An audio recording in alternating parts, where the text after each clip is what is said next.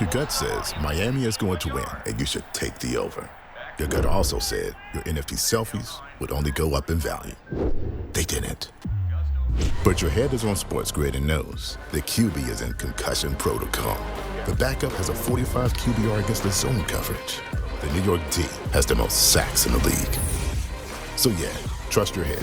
It's smarter to be on SportsGrid.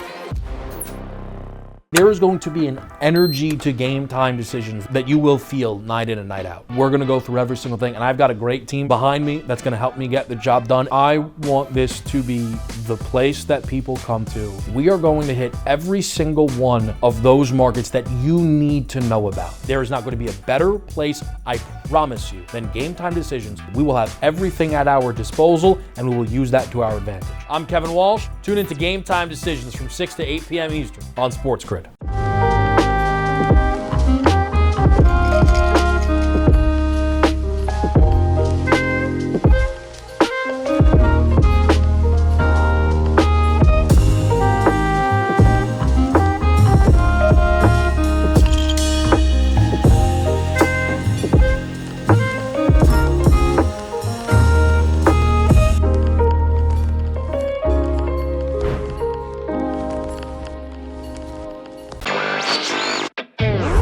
Chicago is one of the top media markets in the country, so it makes some sense. But I gotta tell you, Philadelphia, not far behind. Cleveland, Ohio, not far behind. I would guess that precedent is now set. They now would be paying, based on the last 12 months numbers, they'd be paying an additional $81.6 million in taxes. Newswire, only on SportsGrid.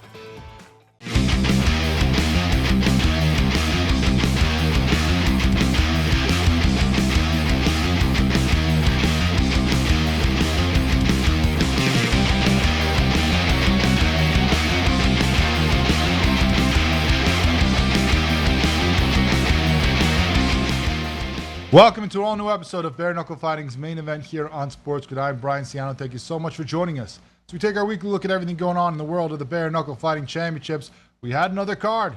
It just doesn't stop. The action keeps coming. This one, a prospect series, back to getting some of the new faces into the BKFC out in Denver. Of course, Mile City has given some great fights for the BKFC, some great cards, a lot of action, a lot of fanfare. You know, they love the fights up there in Denver.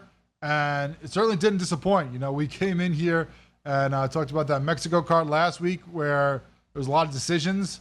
There was not a single decision on this card. We will break it down in just a minute. But before we get into that, I'll let you know what else is going on throughout the rest of the show, because we're going to talk to some of the fighters involved in all this great action that we just saw this past weekend. We're going to kick it off in the next segment. We're going to talk to Joseph the Dark Knight Creer. Of course, the light heavyweight coming on after a great performance by him, where he gets the stoppage victory in round 2 over Danny Mitchell. Just a dominating performance by him. 4 knockdowns, just cruising, using that jab to perfection, using the body shots, the speed.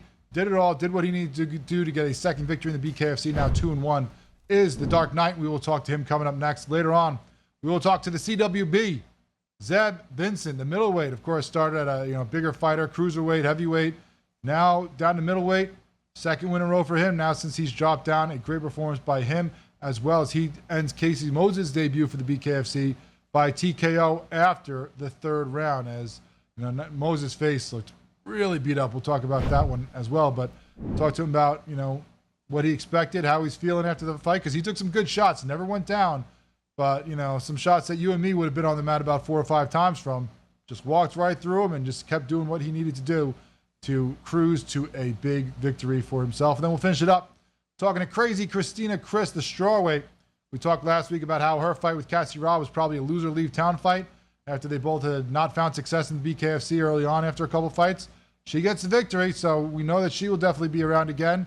Probably her best performance that we've seen in the BKFC. We'll talk to her about it, find out what was going on with her, what got her to the point that she needed to be to finally get a victory in this fight league. And then later on, we'll close things up by talking about maybe some fights that we will get to see, because we always talk about fights that you and I want to see. But when it comes down to it, it has to come from the top, the brass of the BKFC, the Nate Shooks and Dave Feldmans, and most importantly, the fighters, because you can bring them all the fights you want. If they don't sign that dotted line, it doesn't happen. Well, BKFC took a little poll of who do you want to see fight, and the fighters were the ones responding. So let's see what they said they want to see happen next, because these could be fights that we very well see coming in the second half of 2024. Some of them we definitely would love to see. But back to this card we just had and the one we have coming up this weekend. As I said, great fight out in Denver. If you look at the fights, you look at the results, every one ending by KO or TKO of these 9 fights. Of those fights, only 1 made it to the 4th round. Only 3 made it out of the 2nd round. You know, you had 2 end in the 3rd or at the end of the 3rd and 1 ends during the 4th. So otherwise, everything ending in the 1st or 2nd round, action galore from the jump, right off the scratch. We saw it all. It was some great action. Let's break down some of those fights that we got to see right now. First up, Sawyer DP and Keegan Vandermeer. This one was a big one for the cruiserweight division. DP ranked in that top 5. Vandermeer trying to get back into contention in that division. Has a great run before that loss to Esteban Rodriguez. We wondered, is he going to take this one more cautiously like he did before and not get wild with a guy like DP? Well, he did. Didn't matter. Sawyer DP has that power, has a ferocity, and had a severe reach disadvantage, but it did not matter as he gets the first round stoppage, 133 into the first round. He gets the finish. You know, there were a couple knockdowns before the finish. Looked like maybe you could have called those slips, like maybe the feet of Vandermeer kind of got caught up. Didn't look like there was, some huge punches that could have predicated it. There was some nice short shots. The ref calls those knockdowns. Maybe that factors into later on when Vandermeer gets finished, because it gets a little extra aggression and a little more of, I need to do something here, because now you're down not 10-9 or 10-8, but 10-7. And later on, that leads to Sawyer DP ending a big right hand that sends Vandermeer through the ropes. Vandermeer was trying to fight smart and cautious from the outside. It didn't matter. DP jumped in. Every time he got the chance, he got closer, got inside that reach, and made sure to get some good shots in there and make his opponent, wonder and worry, and then lands a nice right hand that puts him through the bottom of the ropes, and the ref right away waves it off. Fight over, knockout. Sawyer DP continues with another victory now, 5-2 in the BKFC. Got to be getting higher up in that division. Maybe a title shot coming up soon among the cruiserweights for Sawyer DP. Maybe after this fight, maybe after one more. You can't ignore him. He has had some great performances for the BKFC. Then, before that, you had Josh Huber versus Andrew Yates that actually went into the 4th round. Probably shouldn't have. It was a dominating performance by Josh Huber. 5 knockdowns for him as he continues to pick apart Yates throughout the fight. Hellboy Huber, first time in the BKFC, just continues to do what he does. Goes through Yates, gets the victory, and he thanked his opponent for the opportunity, but said later on, you can go read the article about him on the BKFC app and the website. He's got a hit list. He wanted Yates. This guy had been doing well in the BKFC. He said, I tried to fight him for years in MMA. He wouldn't fight me. I got the chance. I took it, made him pay. Now he's got another one on his mind. He's got someone else that he wants to go on. He's coming in with the hit list. This guy isn't coming in, soft. This guy isn't coming in slow, warming up. He wants more blood. He's got the hit list. You can go check it out. Alonzo Martinez, AAA, is the one that he's looking for next. We'll see if he gets that opportunity, but he certainly has guys in mind of who he wants and performances he wants to put on, and he did. We'll talk to Christina Chris about her fight coming up later on against Cassie Robb. She gets her first victory in the BKFC, a dominating performance by her, gets the 2nd round stoppage. A great performance, just overwhelming her in that 2nd round.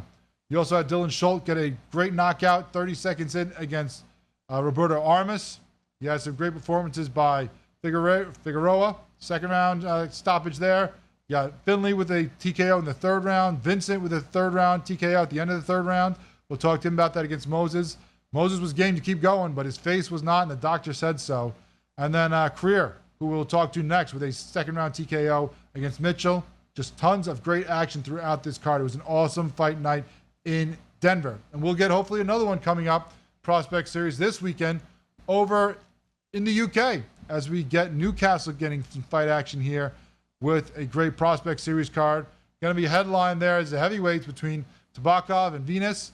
Very interesting. This is a headliner. Tabakov with a 1-0 record in the BKFC coming out of Bulgaria. Venus making his BKFC debut. Even the co-main event, the middleweight co-battle between Kroll and Jardine. Kroll 3-0, Jardine. No fights in the BKFC, so welcome to the promotion moment there, fighting a guy who's got some wealth of experience with the BKFC. But the one I'm really excited about is, of course, Danny Christie back on the card for the BKFC. This guy just continues to get wins. 4-1, fighting Millar, who's 1-0. Christie now, as we said, the light heavyweight champion for the BKFC over in the UK, getting it back with a win against David Round after he lost to Jared Warren for his first loss in the BKFC. Got back on the winning ways, 4-1 now in the BKFC after his pummeling of Round. Coming back here on a Prospect Series card. Very interesting and very surprising that not only is he on this type of card and not a headlining card, but that he's on this kind of card, not a headlining fight. Still, Danny Christie, always one of the most exciting fighters in the BKFC, so we will look to see what he does in his next fight here this weekend. You also have some light heavyweight battles between Ferguson and Moir. Ferguson with 2 fights in the BKFC, a lightweight bout between Collishaw and Kanabi. Kanabi 2-0, so again, welcoming a guy who's making his BKFC debut. A lot of fights here for the UK where a guy with some experience, maybe not a ton in some instances, but fight 2, 3, welcoming a newcomer. Very interesting. We've seen this Prospect Series go multiple ways. Sometimes it's been newcomer versus newcomer to see kind of who gets that shine, who gets that that edge as being one of the next guys. Sometimes, like this one, we get some instances where a guy who has some experience versus a newcomer to see what he can do against a guy with that veteran status here with the BKFC. So a lot of great action to be had this weekend over in the UK. Can't wait to see that happen. Can't wait to recap it next week with you here on the show. But coming up next, we'll talk to the Dark Knight, Joseph Creer, about his great win out in Denver this past weekend here on SportsGrid.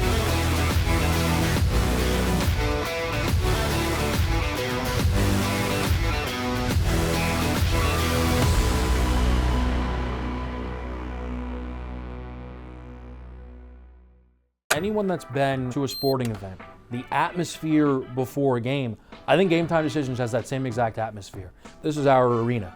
This is what we do. There is going to be an energy to Game Time Decisions that you will feel night in and night out. The excitement you get when you lock your bets in, when you're figuring out what you want to do, we can zone in on the biggest games each night. I want this to be the place that people come to before the games start so they feel as ready as possible to lock in their cards. We are going to hit every single one of those markets that you need to know about. We're gonna go through every single thing, and I've got a great team behind me that's gonna help me get the job done. There is not gonna be a better place, I promise you, than Game Time Decisions to get that new information, react to it, and be able to then bet accordingly. We will have everything at our disposal, and we will use that to our advantage. I'm Kevin Walsh. Tune into Game Time Decisions from 6 to 8 p.m. Eastern on SportsGrid.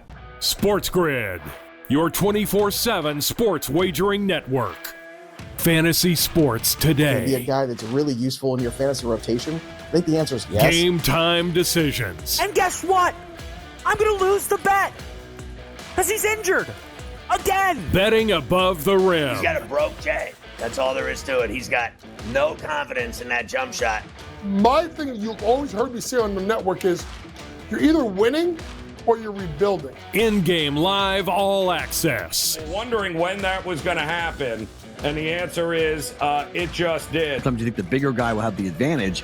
Well, if the little guy can move, Joe, it's hard to hit the little guy sometimes when you're a big boy, right? In-game live, prime time. 3-1, I'm going to take a little flyer on Justin Rose. In-game live, overtime. As you sit here and listen, watch right now, you may want to consider placing that bet. It's smarter to be on SportsGrid.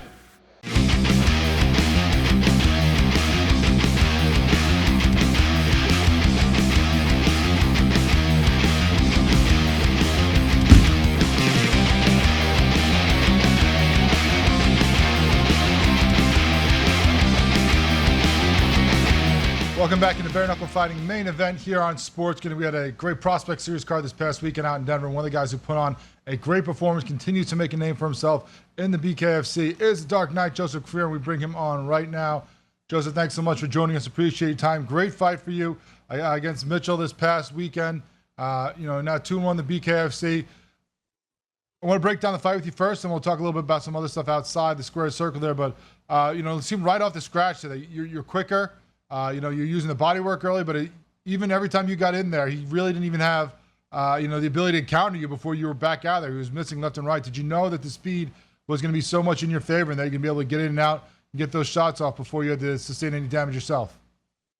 Yeah, I felt as though that I would be faster than him, and that's because I've been training such a long time on footwork and range of my jab and angles and speed. We've been doing it for such a long time that I kind of had an assumption that I'd be better in that aspect. Yeah. Well, you certainly were, and it worked out well for you. Obviously, early on working the body well, that's something that's worked out for you well before the last fight. Of course, you ended with the body shot. Is that something just like that you've picked up, as you've gotten further into your career, the veteran move, knowing that, the body shots can be just as dangerous and damaging as, swinging for the head every time? Or is that something you've always, focused on throughout your combat sports career, whether it be boxing, MMA, all your time that you've been in there fighting? Well, that definitely came later in my career. I have two very influential coaches. My head coach, he always told me that the body leads to the head. And then my secondary coach that I got later on in life, he was all about body shots, and his name is Coach Rick Carrillo, and he is all about body shots. My head coach, Donnie Bellflowers, he's about that jab, and he always talks about the body shot. But I got so accustomed to being able to use my jab and my distance and my range to keep people away. But once I picked up that body shot, I kept it in my arsenal. Well, it definitely worked out for you. It set that tone early on with that speed, especially getting in there, getting the shots, getting away. As we said, you got a bunch of fight knockdowns in this fight. The first one, you talk about that jab. So important. So many people forget about it. They think about all the big shots, the heavy blows, trying to go for the one-punch knockout. But especially in the BKFC, that jab can do so much damage. It can be so meaningful. And you use that to perfection for that first knockdown. You land that jab, and then you kind of followed it by the hook, but I don't think the hook really did the damage. It seemed like the jab was kind of what got him maybe on a second or two delay. Did you know that jab was going to be so effective? And, how good did it feel when you can, put a guy in the mat with just that little shot? I always know my jab's going to be effective. And then, did you know how big that was going to be? And that you're going to be able to put him to the mat, by able to using just that shot? No, I didn't expect that the jab would drop him, but I knew the jab was going to keep me safe, and this was going to continue to get me to score the points needed to get my hand raised at the end. Of course, that definitely got the points because, anytime in the BKFC, just like boxing, you get that knockdown, it's a 10-8 unless you go down yourself. So right away on that, then you come back and you get the second knockdown as well, put them right back, on the mat before the end of the round. So you got a huge gap in the scoring. Did you realize at that point, that you were kind of in control? Obviously you can never take an opponent for granted, but, did you feel once you put him down for the second time in one round that this was going to be your fight and it was just a matter of, not if, but when? Yeah, after the second knockdown, I knew. And I was talking to one of the guys I work with or train with this morning, and I told him, I said, at that moment when I got the second knockdown, I had to decide on whether I wanted to go in for the kill or if I wanted to just wait a little bit. But I don't hesitate. I make sure that I choose the exact moment to try to finish the guy if I have it in my power, because a wounded animal is the most dangerous. So I didn't know exactly how he'd try to react after I knocked him down a second time.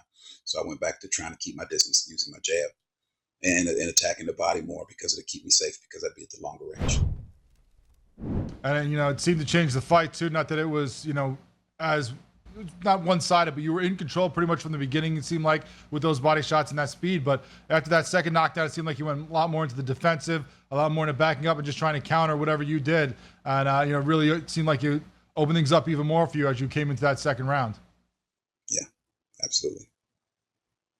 And then the second round plays out. We get the finish in that round, but it seemed like, it was pretty much the same thing. You get the first knockdown with the jab, second knockdown with the power punch, and then it was over. Was that just you sticking to the game plan, knowing what you needed to do, and just following it up, and whatever worked the first time worked the second, just not, like you said, getting overzealous and trying to go for the kill, because like I said, it's almost like you scripted it the same way, having the same thing, get the knockdown with the jab, finish with the power. That's right. That's boxing. Well, it was a great performance by you.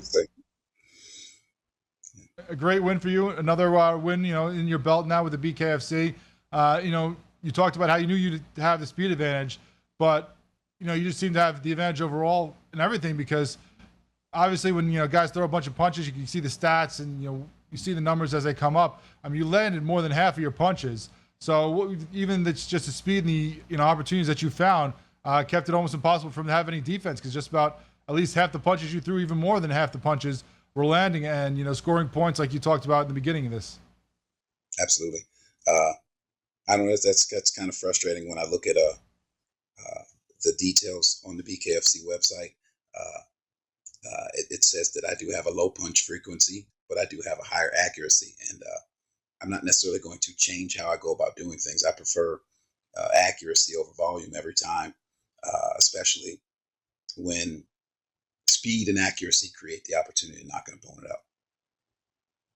Yeah, that might be something that people who aren't as well versed in the BKFC as they are in some of the other combat sports that have been around a lot longer don't realize. It's not about necessarily how many punches you throw, because with the gloves off, the accuracy was the most important. Hitting those spots, getting those guys where they need to be. That you don't need to put the large volume of punches to put up points in the BKFC, because just one punch, not even guys with huge power, just that one punch in the right spot can change a fight. Right. I agree. Well, it worked out well for you for sure. It was a great fight for you. Congrats on the win. We're going to take a quick break, and when we come back, we're going to talk about where this fight puts you in your mind in this division, the BKFC, what your future is with the BKFC, and maybe some of the things that you have going on outside of your own fight career that we get to see throughout your social media. So when we come back, we'll continue to talk with the Dark Knight, Joseph Krier, here on Bare Knuckle Fighting Main Event here on SportsGrid.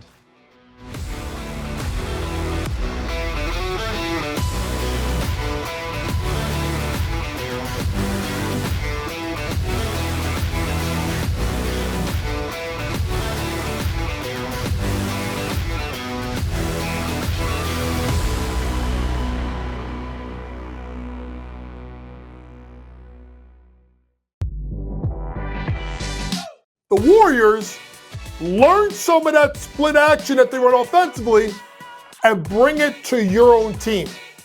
Folks, the name is Kenny Atkinson. Every time there is a job with a young core that needs to take the next step, I always think of Kenny Atkinson. Only on SportsGrid. You get a full and true assessment on how your ball club looks for the entirety of an MLB campaign. So, how did you look at this Memorial Day weekend around the bins? There's at least a half a dozen teams right now that are completely out of it and are going to be sellers at the trade deadline, and I think you could probably look at it the other way too, and then everybody else is sort of in between, and that's the hard part to figure out between now and the trade deadline. The Early Line. Only on SportsGrid. Garrett Cole's getting ready to come back too. I guess look, they've played great without him, but you're not going to say to Garrett Cole, look, don't come back. I mean, it's a ridiculous conversation to have. They're not going to take any unnecessary chances. And look, they're at the point where they have a lead. They certainly are going to make the playoffs, I would say, barring some sort of complete collapse. And that's all it takes. Newswire. Only on SportsGrid. If you're in the room, what are you doing with the Judge MVP number? Books are now 2-1, standalone favorite. What are you doing with the Judge number? What do I do with the MVP? I let them bet Judge at what? Even money? Come on in. I mean, you have to acknowledge now that he's the guy. Game time decisions. Only on SportsGrid.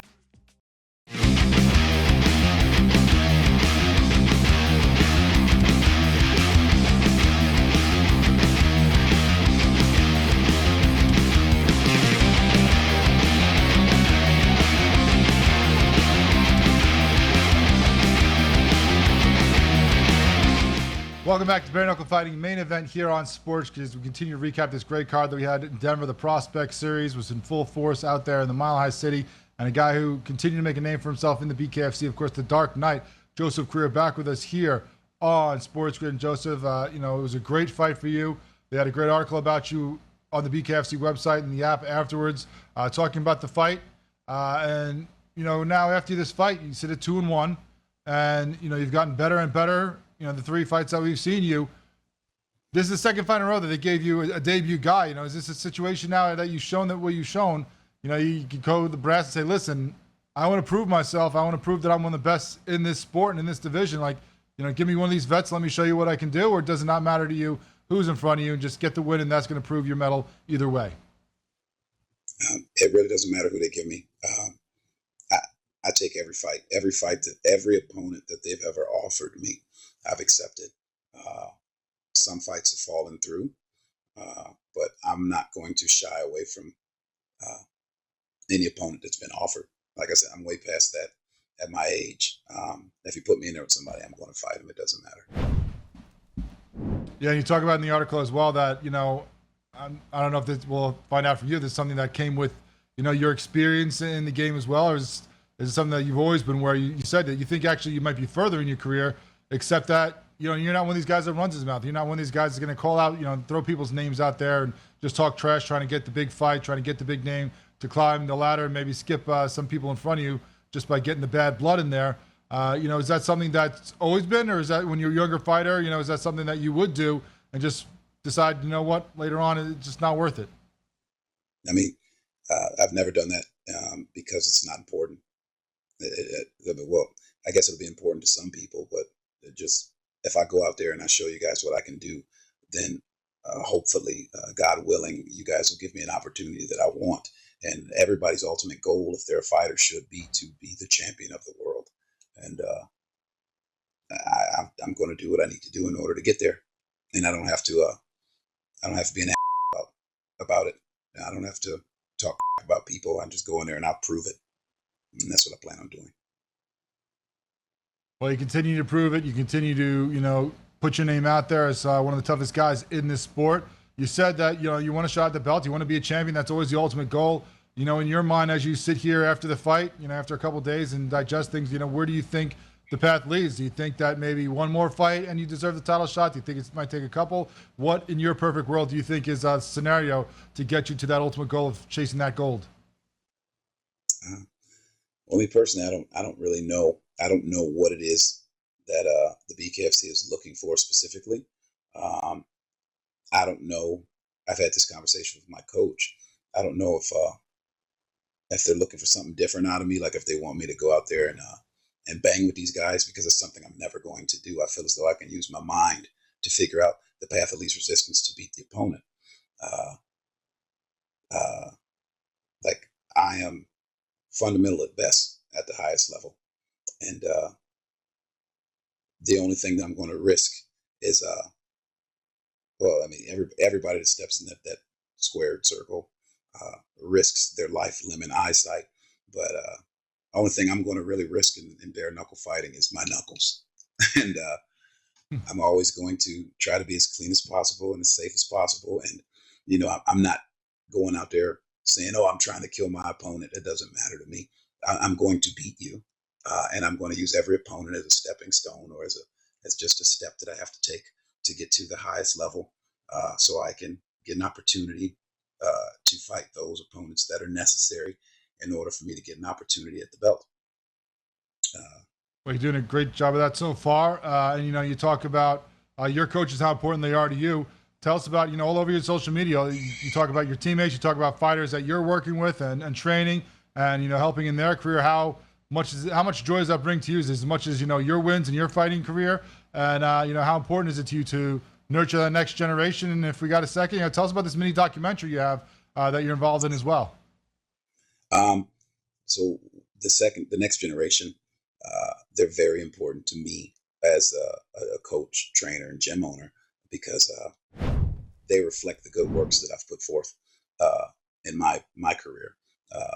My coaches mean everything to me, and I've got a bevy of people that I respect, and I consider them my coaches. My long-term coach, the person that's been there since day one with me, is my head coach. His name is Donnie Bellflowers. He's in the corner with me this weekend. He's an old white guy, but I've known him for, I guess we're going on like 15 years or something like that.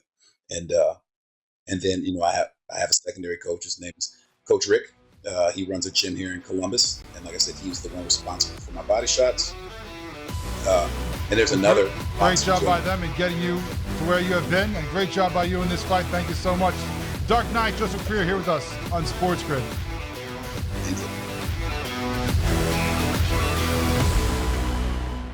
anyone that's been to a sporting event, the atmosphere before a game, I think Game Time Decisions has that same exact atmosphere. This is our arena. This is what we do. There is going to be an energy to Game Time Decisions that you will feel night in and night out. The excitement you get when you lock your bets in, when you're figuring out what you want to do, we can zone in on the biggest games each night. I want this to be the place that people come to before the games start so they feel as ready as possible to lock in their cards. We are going to hit every single one of those markets that you need to know about. We're gonna go through every single thing, and I've got a great team behind me that's gonna help me get the job done. There is not gonna be a better place, I promise you, than Game Time Decisions to get that new information, react to it, and be able to then bet accordingly. We will have everything at our disposal, and we will use that to our advantage. I'm Kevin Walsh. Tune into Game Time Decisions from 6 to 8 p.m. Eastern on SportsGrid. SportsGrid, your 24/7 sports wagering network. Fantasy sports today. Be a guy that's really useful in your fantasy rotation? I think the answer is yes. Game Time Decisions. And guess what? I'm going to lose the bet because he's injured again. Betting above the rim. He's got a broke J. That's all there is to it. He's got no confidence in that jump shot. My thing you've always heard me say on the network is you're either winning or you're rebuilding. In-game live all access. Wondering when that was going to happen. And the answer is, it just did. Sometimes you think the bigger guy will have the advantage. Well, if the little guy can move, Joe, it's hard to hit the little guy sometimes when you're a big boy, right? In-game live, prime time. 40-1, I'm going to take a little flyer on Justin Rose. In-game live, overtime. As you sit here and listen, watch right now, you may want to consider placing that bet. It's smarter to be on SportsGrid.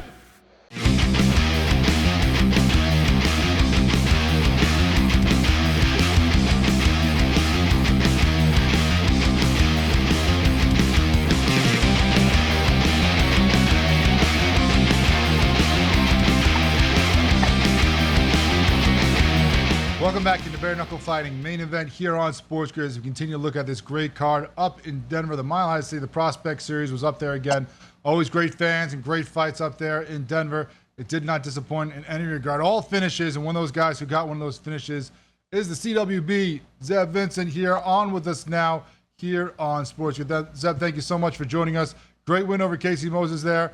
You got the stoppage after the third round. We'll talk about the fight in a second. It was a battle back and forth between you guys, a lot of blood, a lot of, punches exchanged. But first I want to talk about, where you've come from and where you've been to, because, and a lot of people, when you bring that up first, and we'll talk about, your past in a second. I saw some, your great post you put up on that, but just your body. I mean, you put up posts, about where you used to be as a heavyweight to where you are now, middleweight. I might have to hire you as a trainer because I got about 30 pounds I got to lose here. As just the heavyweight limit myself right now. How did you, make the decision to cut from where you were to where you've been, and what has that journey been like for you with all the hard work? Hey, you can ask Keegan Vandermeer why I cut that much weight. My first fight, professional fight, was with the Bare Knuckle Fighting Championship. My first pro fight ever was with BKFC, and it was at 205 with Keegan. And I went out there sloppy and kind of brawled, but still, being that heavy wasn't good for me. I was fighting guys that are too big, too huge, too tall, too strong, So at amateur level, I was able to beat a lot of guys in MMA and being heavy because it was amateur level. Professional level, you better choose your weight right at the pro level. And here in Bare Knuckle, where I plan to stay, it's huge for me to be 75 or lower, and I'll take them out. Well, you certainly look like that's your prime weight now, and you've had some great action here since you started dropping that weight. What kind of work did that take for you to get down to this? Was it something that you were always kind of walking around at that heavier weight and you had to really change your lifestyle, or was it just having to be a little more committed to eating the right way during camp? What were the big changes for you that has been able to make you that transition? I would say just doing more cardio, eating right, training a lot more and more consistently than what I was. I was still training, but I wasn't doing as much cardio and stuff and worried about getting the weight off as I focused on and had to focus on for my pro career. So that's it, man. Just drilled a lot of cardio more and a lot of running and just cardio. Just cardio and eating right. Come on, I thought there was gonna be some kind of secret that I didn't know, because that's the two things that I hate doing. But I guess I gotta get on that so I can cut that weight like you did, my man. It's the things people don't want to do, you know, and that's what you got. Always. Well, speaking of where you've come from, where you've been, I saw a great post you put up last year, towards the end of last year, about what, the Zev Vincent of 12 to 15 years ago would have thought about, being where you are now. The troubled things you've gone through, the things that you've seen, to being now in front of lights and cameras. You thought doing the things you were doing, it was either of course the prisoner, the cemetery, or like a lot of guys. What was that like for you to get through those dark times and to find the person that you really wanted to be and become the fighter that you are now? What you just mentioned right there is the biggest thing in the world for me, man. Changing who I was and what I was doing at a young age, and what I was exposed to at a young age wasn't something you would want to expose boys turning into men to. I didn't have the best role models all the time, but coming into the gym and being with my coaches and team, and I want to give a shout out to Steve Crawford and Rudy Bears, Steve Crawford's American Jiu-Jitsu and Rudy Bears Brazilian Jiu-Jitsu, and the Caveman crew for both. All that's one whole family for me, and they really helped turn my life around. I've been through hell and back, man, and I plan on using this fighting stuff to keep me going. I'm gonna keep going. This is my life, Everything you see me wearing, everything you see me doing is my life. I wear my heart on my sleeve. I put everything in front of me, and I'm so translucent with everything, and I'm so real. I'm as real as it gets, man. And to me, that's what draws people to me. That's why people like me, man. I'm never gonna bat an eye at being truthful and real. I'll always be that real person. That's me, man. So having that life and what I came from made me be like that, and I think it's kind of made me the man I am today, Well, obviously, you made a great transition to multiple levels now, just focus, doing your thing here in the BKFC, having the success that you're starting to have. I saw you posted you kind of filling out the ring before the fight. I know a lot of guys, with this smaller ring in the Prospect Series, sometimes I could throw them. Certainly didn't for you. I mean, both of you guys were throwing some heavy shots, and defense was optional, it seemed like, in that fight with Moses. Both of you guys getting some big punches. He had some big rights, but you had the ones that were opening him up, getting him in that clinch, working the body, working the head. What was the fight like for you being in there? What did you see, and what were you thinking as it was going on? Because it seemed like after you got him down in that first round, you felt pretty comfortable and not worried about his power, and we're just going to do what you had to do until you got that victory. I wanted to open him up quick. I wanted to cut him quick, and that's what I did. From the bell, I landed a jab and a left hook, and after I dropped him, I seen his eye, and I told him. I looked right across the ring. I told him, I said, "Look at your eye. You cut already." And that's what I wanted to do. I wanted to cut him quick, man. Do you see people come out of 3-round bare knuckle fights looking like this? You don't. You don't see people looking like this coming out of 3-round bare knuckle fights, man. Come on. I look great. He didn't let what he land. What did he land? Come on, man. I put on a performance that night, man. Hands down, standing right in front of him, countering, moving, slips, rolls, jabs, hooks. Any shot you could think of, I was landing at will. And I was walking him back to his corner. He didn't want to toe the line. In a couple of them rounds, you could tell. So that's what I bring to the BKFC. And that's what I'm going to always bring consistently. I'm going to steadily bring that attitude, that pressure of the realest, meanest, most aggressive, and not out of control. I'm talking controlled chaos, clean, nice. Even though my hands were down, did it look like he landed something? Come on, man. This is where I belong. Bare knuckles where I belong, and people are gonna remember that. So I'm here to make statements, man. That's what I did that night. I made a statement. On Friday, I made a statement. The next fight, I'm gonna make a statement, and I'm gonna continue to do it. You certainly did make a statement, not only in the ring, as you said, he landed some clean shots, but doesn't look like he landed anything. He looked like you're before the fight, not after it. So, you got a hell of a chin. You took whatever he threw, and it didn't even bother you. And then you walked right through the ref after he told you it was over, right to Dave Feldman saying, listen, I'm here. This is what it's about. I'm all about the BKFC. Let's go. So making a statement both in the ring and then to the boss afterwards. A great performance by you once again. Now that is back-to-back wins for you. Do you feel like, the biggest thing for you, the biggest change that's led to the success now is just the transformation and getting to the right weight class? You talked about Vandermeer and how tough that fight was. Do you think just dropping that weight and fighting guys who are, your size, your style, where you need to be is what's made this great for you now in 2 in a row? I would say focusing a lot more on specifically bare knuckle boxing as well. The weight cut and me, when I train, I don't do nothing but bare knuckle box training. I box train, only boxing, only hands, because I train at an MMA gym. I'm at an MMA gym, but my coach is one of the best strikers ever out of Kansas City. So I've been with boxing gyms also, and I've sparred with pro boxers, and they didn't have nothing for me, man. So I'm. They think the MMA guys don't have hands, but I'm here to prove that I'm not an MMA guy. I'm a bare knuckle fighter.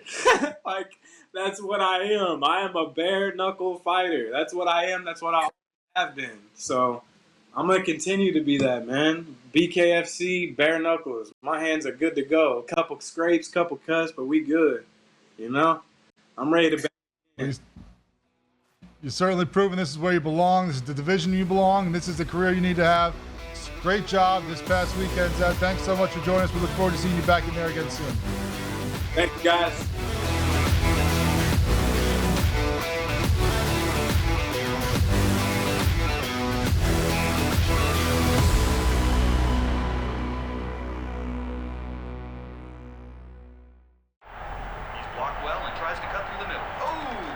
Your gut says Miami is going to win, and you should take the over.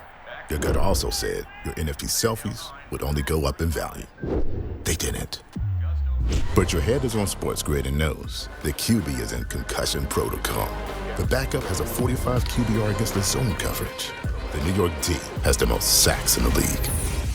So yeah, trust your head. It's smarter to be on SportsGrid. There is going to be an energy to game time decisions that you will feel night in and night out. We're going to go through every single thing, and I've got a great team behind me that's going to help me get the job done. I want this to be the place that people come to. We are going to hit every single one of those markets that you need to know about. There is not going to be a better place, I promise you, than Game Time Decisions. We will have everything at our disposal, and we will use that to our advantage. I'm Kevin Walsh. Tune into Game Time Decisions from 6 to 8 p.m. Eastern on SportsGrid.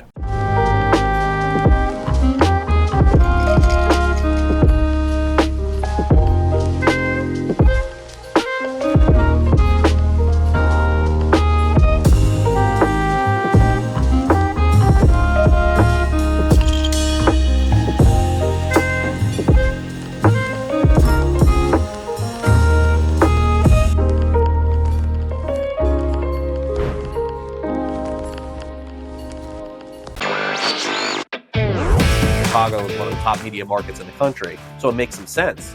But I gotta tell you, Philadelphia, not far behind. Cleveland, Ohio, not far behind. I would guess that precedent is now set.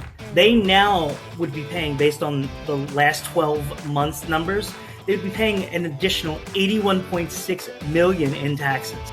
Newswire, only on SportsGrid.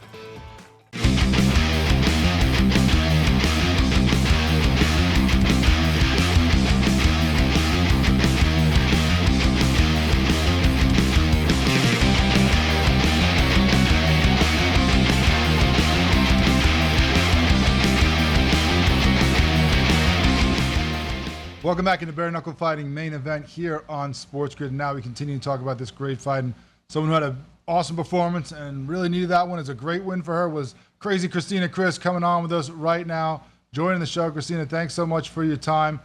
Before we get into the fight itself, I want to say, obviously getting ready for the interview, looking on social media, getting more to know more about you. We saw the post about your grandfather passing and all that he meant to you, and how big that was for you coming into this fight. And we want to say, sorry for your loss, and I'm sure you made him proud with that performance. How tough was that for you to be getting ready for this fight and going through all that at the same time? It was really tough, but my granddad, he always had such a good attitude, and that happened maybe 3 weeks ago. And one of the last conversations that we had, I went in and I had a little bit of a black eye, and he was like, "Did you win the fight?" And he smiled so cute and believed in me so much. I knew that I had to win. Well, you certainly made him proud, I'm sure. If watching down on you, that was a great performance. What was, I'm sure going through these tough times, obviously, you're going to lean on the people around you. Having that support is something that, is essentially going through any fight camp, getting ready for any fight, but especially when you're going through things like you were dealing with. How important is it to have some of the support you had? I saw, Britain Hart reaching out online, talking about how, she's always got your back and how much she loves you. It's always great having anybody in your corner, all your friends and family, but especially, someone like that with that kind of experience, that kind of, skill in this game. How important is having someone like that in your corner? Oh man, she's so sweet. She's always very uplifting, and that meant a lot to me. Always very positive whenever we talk to her, the champion in the BKFC. So I'm sure that helped you through something. Yes. Obviously, you're in there having some fun too, because coming into the weigh-ins, coming in the Sub-Zero costume, you posted about it beforehand. Seemed like you were really having fun before you got in there. What was the inspiration for dressing up before the fight there at the weigh-ins? I always like to have fun. I'm a little bit of a nerd, and that's one that I've been wanting to do. One of my favorite Mortal Kombat characters. So I like that old school Mortal Kombat. That was one of those games I always had to sneak away and go play at the friend's house because there's no way my parents were going to let me have that one. But you always got to love Sub-Zero, Scorpion, all the Raiden. A lot of great memories from that game for sure. So that was awesome to see. And, obviously you're having a lot of fun. Then you get into the fight and you have even more fun. I mean, this is a great performance by you against Cassie. You get the finish by TKO. What kind of pressure were you feeling before you came into this fight too? Because, we were talking about it on the show when we were previewing the card, almost like with both of you having, a couple losses on the record in your first couple fights, it was almost like a loser leave town kind of fight. Did you feel that kind of pressure coming in, or was it just, you got to go out there, do what you're going to do, and let the cards fall where they may? I understood that I needed to win, but I was in the mindset of I don't care what happens. I'm just going to completely let go.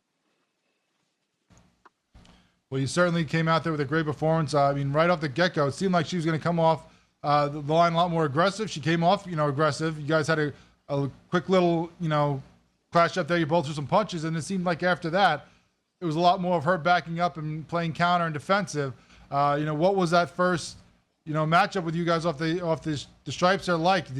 Were there a certain punch that you landed that you felt, got the better of her and changed things? Because it seemed like after that little, matchup between you guys where you both threw some shots, nothing seemed to be overly, obvious of the big shot that could have changed something. But it seemed like right after that, maybe she backed off a little more. Yes, I just knew that in this one that I needed to move forward. I believe that's a mistake I made in my last fight. Well, obviously that was a big, mess up there and a big clinch right there for you guys off the start. She started to back up a little more. She started to play more defense. You came forward, though. You kept the aggression up. You kept on coming after her. You did a good job of using the clinch, making a lot of strikes off the clinch there early on in that fight, making her pay, both to the head and the body, the little short shots, a little dirty boxing. After you got that big combo about 30 seconds in, it really changed even more so the aggression in her. Like, it kind of seemed to pull something out of her. Did you feel that the fight changed after that first clinch battle between you guys when you got those big shots in? Yes, you normally can feel it, you can sense it, and I knew that when I felt that I couldn't stop throwing, that I had to get that finish. You certainly didn't. You kept coming after her. It seemed like you were, starting to, do a big onslaught of her right before that round ended. It seemed like you were well in control. You come out in the second one and you overwhelm her again, and you just continue to throw. You really didn't give her much of a space to breathe until finally she went down and the ref, pushed you away. So, did you feel coming into that second round that you were well in control? And once she went down after that, combo that you threw at it, did you know that it was over, or were you still kind of mentally preparing to have to continue it? I was ready to keep going. I wasn't positive, so I was just slowing down my breathing, getting ready to go. Well, it certainly worked out in your favor. The fight ends there. And, while I love some good Def Leppard, Pour Some Sugar on Me, of course, a classic. When you were having that, that second round where you're just overwhelming, you're just going, wild on her, immediately with your nickname, I thought of, all right, we got to change this walkout song to some Prince, Let's Go Crazy, because that's what it felt like. That beat, that cadence, that just overwhelming her. It felt like that was perfect for you right there. We might have to work on that walkout song. As good as Def Leppard is, Prince, obviously, that extra level. Oh, man, I love music, so I could try that out. Well, it worked out great. What was the big difference from you from the first two fights to this fight? Well, obviously, you get the result that you're looking for, in your third fight that you didn't get the first. So what was the big difference for you that you felt this fight versus the other ones? Well, I got a full camp with this one, which was amazing. And, we really worked on moving forward because normally I watch my fights back and I see where I messed up. And I know that had been a problem before. So that's all I pretty much worked was just keep pressing forward, be super aggressive. Well, obviously, it looks like you didn't take too much damage from this fight. Do we expect you in there soon, or are you going to take some time off? I know your mother. I saw some great shots of you kayaking. You going to be back in there soon, or is it time for some off after the long camp? I'm going to take my daughter camping, but I want back in soon. All right. Well, hopefully we see you back in there soon. Crazy, Christina, Chris, great performance by you. Thanks so much for joining us. Look forward to seeing you fighting again for the BKFC. Thank you.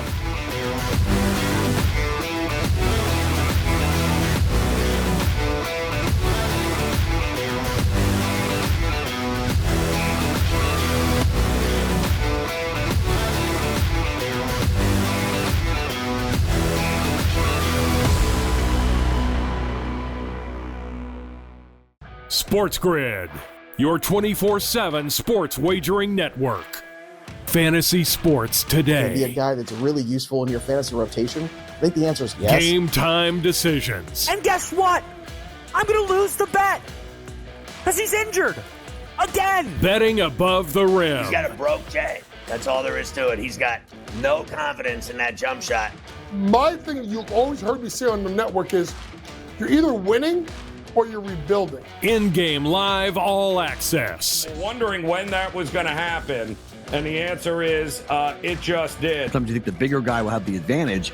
Well, if the little guy can move, Joe, it's hard to hit the little guy sometimes when you're a big boy, right? In-game live, prime time. 20-1, I'm going to take a little flyer on Justin Rose. In-game live, overtime. As you sit here and listen, watch right now, you may want to consider placing that bet. It's smarter to be on SportsGrid.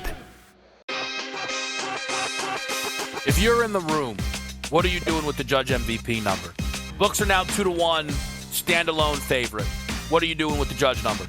What do I do with the MVP? I let them bet Judge at what? Even money? Come on in. I mean, you have to acknowledge now that he's the guy. Game time decisions. Only on SportsGrid.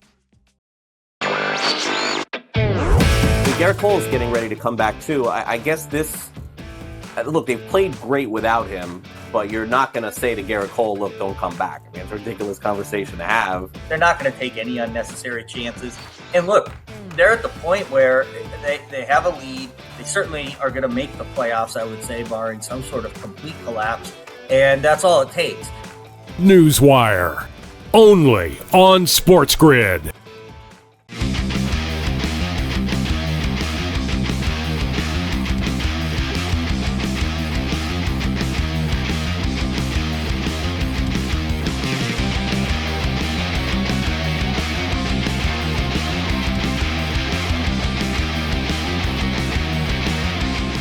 Welcome back as we wrap up another episode of Bare Knuckle Fighting main event here on SportsGrid. Thank you so much for joining us as we took our weekly look at everything going on in the world of the Bare Knuckle Fighting Championships, coming off that great Prospect Series card in Denver. Looking forward to another one over in Newcastle in the UK. Thank you very much to our guests who came on to talk about their great fights in Denver this past weekend. The Dark Knight, Joseph Creer, of course, coming on after his great victory by stoppage over Danny Mitchell, just a great performance by him. 4 knockdowns, using that jab to perfection, using the speed, the body work, doing it all was the Dark Knight. Hopefully we'll see him getting some extra work and some extra shine, maybe against some guy who's a vet and being able to prove himself more and more in the BKFC. Also great to meet up with the CWB, Zeb Vincent, coming on there, letting us know about his fight now over Casey Moses. A great performance by him, just beating up that face, doing whatever he wanted. I mean, very interesting. You saw some big shots from Moses with that right hand. Didn't matter. You saw Zeb. Didn't look like the guy was in a fight. Looked like he was getting ready for one. So obviously that chin held up very well. Not getting cut up like a lot of guys do in this sport. And looking to get back in there. This feels like this is his home, as you heard him tell you. Dave Feldman, after the fight, once he found out the fight was done, walked right over to the boss, said, let's go. This is where I belong. Keep me here. Keep me fighting. And then good to get to know Christina Chris as well. Crazy Christina getting her first victory for the PKFC against Cassie Robb. Just an overwhelming performance by her. I really think she got to change that song. I mean, there's so many songs with crazy in them. There's plenty of them, like Buck Cherry with the, Crazy B. There's, like I said, the one that stuck out to me, though, the most was Let's Get Crazy with, Let's Go Crazy by Prince, when she was going with that hyper, second round, just overwhelming Cassie Robb. You could hear that drum beat as she was just punch after punch after punch after punch. We'll see. We can send her a whole list of different ones with crazy, though. Aerosmith. So many. Just got to change it up. Def Leppard's nice, but if you're going to have a nickname like that, let's work it into the walk-in as well. Speaking of some crazy fighters, or maybe some of the most sane things you've ever heard, as we said, the BKFC put out a poll there on their Instagram. Call out a fighter. It's basically saying, hey, give us some ideas. Now, of course, when you get posts like this, there's going to be a lot of ideas from fans, but the more important ones, as we said, are going to come from those involved in the BKFC.